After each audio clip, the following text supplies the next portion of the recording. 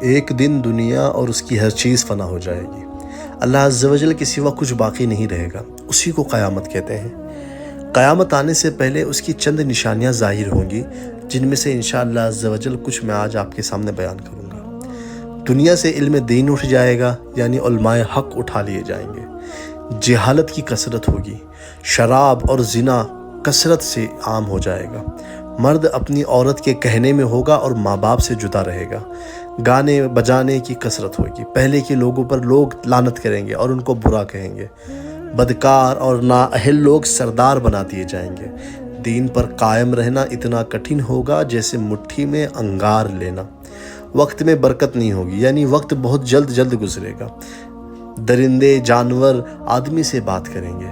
سورج پچھم سے نکلے گا اور اس نشانی کے ظاہر ہوتے ہی توبہ کا دروازہ بند ہو جائے گا۔ اس وقت اسلام لانا قبول نہ ہوگا۔ اللہ اکبر۔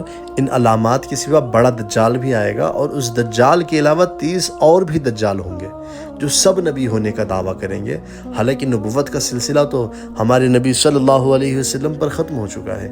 ہمارے نبی صلی اللہ علیہ وسلم کے بعد قیامت تک کوئی نبی نہیں آ سکتا۔ ان دجالوں میں بہت سے لوگ گزر چکے ہیں، جیسے مسلمہ کذاب اور دیگر لوگ، اور جو لوگ باقی ہیں وہ ضرور ظاہر ہوں گے۔